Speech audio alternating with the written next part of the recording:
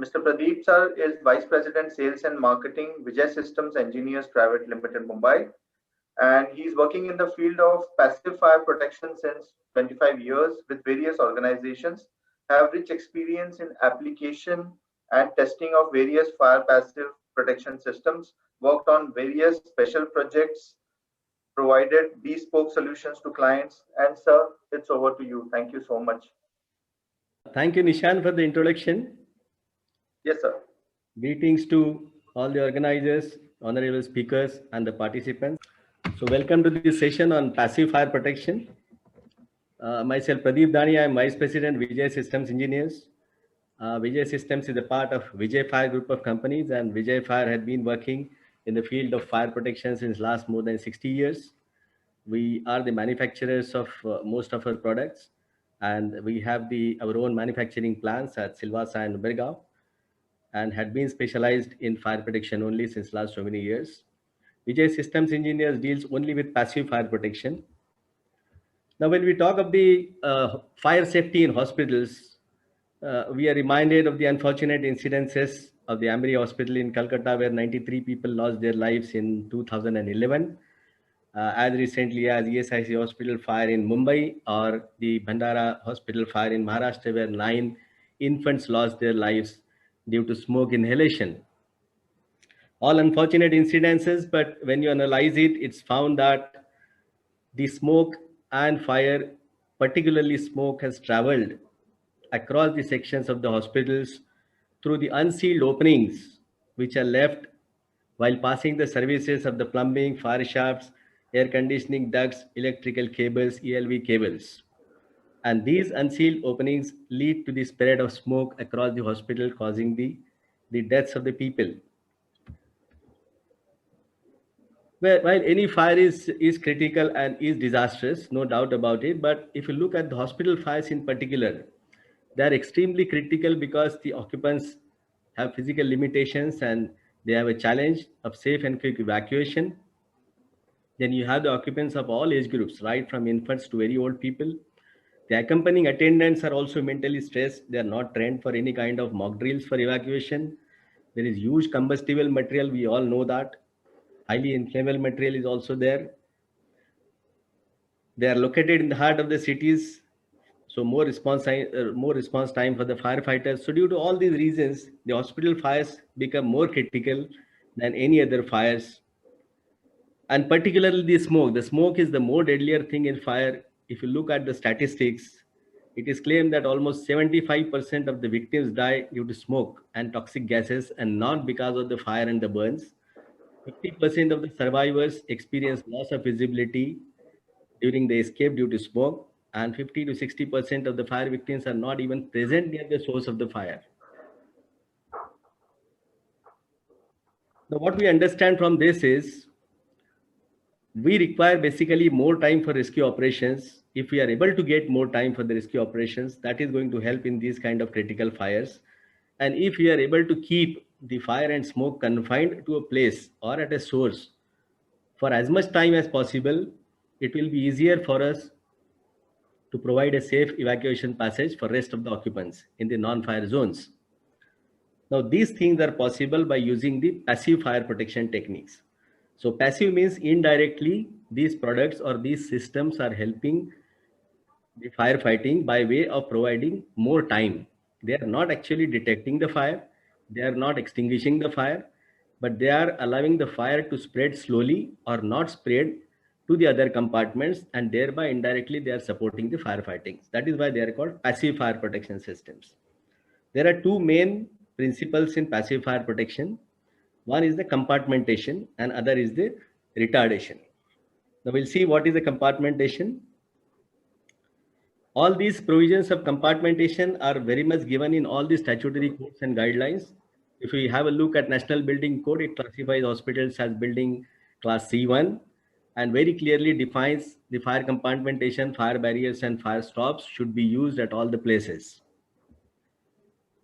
Similarly, the NDMA has got a very clear-cut guideline of compartmentation as per 6.3.10 that building must be compartmentalized. Every section should be a separate compartment. All details are given there.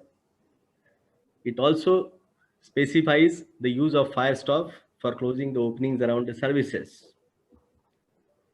NABH also has a guideline for the containment of fire. Now, all these guidelines and statutory codes are in place, but what is lagging behind is the implementation. The serious implementation of all these provisions of passive fire protection is unfortunately lagging in most of the hospitals.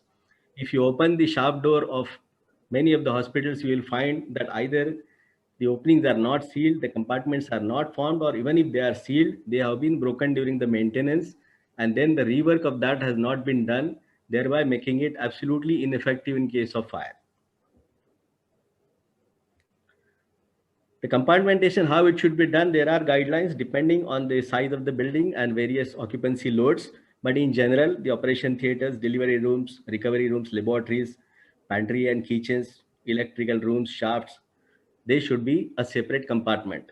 Plus, every floor should have 2 compartments. Plus, there is a restriction of the area also. So, depending on the design of the building, the compartmentation design is done by the fire engineer. This is a very typical floor plan of an hospital. The most important part, what I want to tell here is this exit passage is the most important compartment of the whole compartmentation plan, which has to be kept absolutely free of smoke and fire for the evacuation of the people. Now, how do you achieve this compartmentation? For achieving this compartmentation, you require certain passive fire protection products to be installed either during a project stage when the hospital is being built, or during the renovation or upgradation stage where you want to make it complied to the fire safety norms. Like the fire doors, every entry and exit of every compartment should be a fire resistant door. Then the openings around the services to be sealed by fire stops. If you want visibility during normal conditions, you can use a fire rated glass partition. You can use the fire curtains. I'll just explain about all these products in subsequent slides. Like when you have the electrical cables passing through the shaft and there is an opening at every floor, this opening cannot be sealed by a cement or a concrete. It has to be sealed by a fire stopping material, because this fire stopping material is capable of withstanding a temperature of 1000 degrees centigrade, which is normally achieved at the end of 2 hours of the fire. So this fire stopping material, which is a cement based material, can be filled in the opening, and the fire and smoke will not travel to the other side for 2 hours. It is also available up to 4 hours, but the NBC normally specifies it up to 2 hours. Now this is a bit hard material, which is cementatious. If you want a softer material, then there is a rock wool based system which can be installed in the walls and the floors around the services. This is a low density material, very easy to install, very easy to maintain, very easy to operate for the maintenance, for putting additional cables. The purpose is same, the properties are same, the fire ratings are same. Now, if you have very small openings which are normally left as it is and ignored, very small openings of even 5 mm or 10 mm around the pipes or around the cables, they are to be filled by the fire rated sealants, because through that also the smoke travels. Whenever you are using a plastic pipe for the plumbing and it is passing across the floors and the slabs, it requires one additional component which is also missed many times, but this is called a plastic pipe wrap. This wrap is to be wound around the pipe so that in case of fire, even if the plastic pipe melts, this wrap closes the opening and doesn't allow the fire and smoke to go through the opening that is created by the melting of the pipe.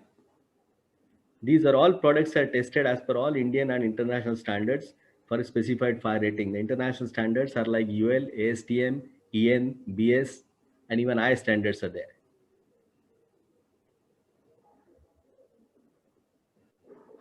In case you find that it is not possible for you to put the wrap around the pipe because of a very, very small thin opening, then you can put an external collar. This also serves the same purpose. It comes in 2 halves. You just fix it onto the pipe and screw it onto the wall or the floor. This also will provide the same purpose, that it will not allow through and through opening to be created when the plastic pipe will melt in case of fire on the fire side. Then the fire doors for exit and entry at every fire compartment. The fire doors are nowadays normally the steel doors are used, because more use of steel is now recommended over the wood. We can even have the stainless steel fire doors for the operation theaters or other places where you require the stainless steel for disinfection. They also have 2 hours fire rating. It can also have a vision panel glass, which is also fire rated glass. They're all made to the size, whatever size is required as per the design, they can be made to the size. There are various kinds of smoke seals that are put onto the door. Now, this is a fire rated glass door or a glass door with a glass partition. Like in the corridor, suppose you don't want to close it totally, you need the visibility. You have to use a fire rated glass, and this glass also has a specific property that it not only stops the spread of the fire, but it also does not allow the radiation heat to go to other side.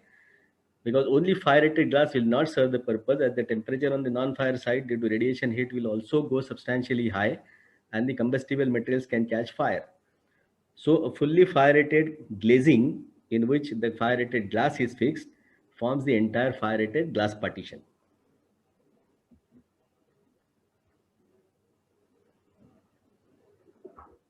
Now at places where you want in normal condition open space and you want to close it only in case of fire. This is the typical application in the lift lobbies, because lift lobbies are supposed to be a separate compartment. Now it is observed that there is a lot of movement of the people, lot of movement of the patients on the stretchers and the wheelchairs, whereas it is very difficult to operate the fire door every time, or people have a tendency to keep it always open by putting the wedges. So the moment you keep the fire door open, it loses its purpose and no compartment will be formed. At such places, there is a specially fabricated fabric, which is even less than 1 mm thick. It is wound on a roller. That roller has a motor. That electric motor is connected to the fire alarm system. The moment there is a fire alarm, this curtain will drop down, and the moment you reset the fire alarm, it automatically goes up. So in normal condition, totally open space. In fire condition, you get a fire compartment.